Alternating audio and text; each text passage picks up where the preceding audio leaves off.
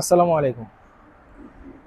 কাতারের ২,০০০ মসজিদের ভিতর ২,০০০ প্লাস মসজিদ রয়েছে, সেখানে ১,০০০ প্লাস বাংলাদেশি ইমাম এবং খতিব রয়েছেন।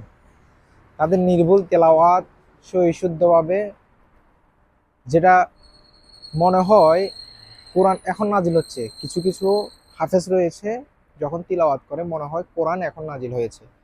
তা না, শুধু আমাদের বাংলাদেশিরা প্রত্যেকটা বার কোরআনের হাফেজে পুরো বিশ্বের ভিতরে এক নাম্বার হয়।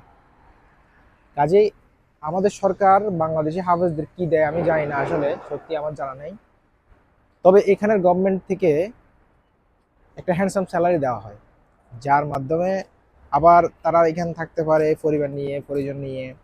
এবং পরিবার পরিজন তো থাকবে, তাদের লেখাপড়া, বাচ্চার খরচ সবকিছু গভর্নমেন্ট বহন করে।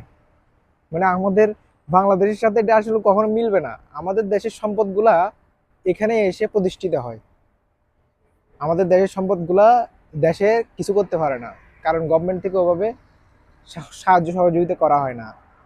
যখন একজন বাংলাদেশি বাংলাদেশ থেকে এখানে নিয়ে আসে, তাদেরকে কি পরিমাণ সম্মান দেখানো হয়।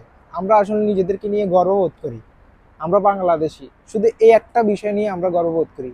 এই একটা দিক আমাদের দেশের মুখ উজ্জ্বল করে আছে এখন, সেটা হচ্ছে কোরআনের হাফেজরা। কোরআন হাফেজ হচ্ছে আমাদের দেশের সম্পদ।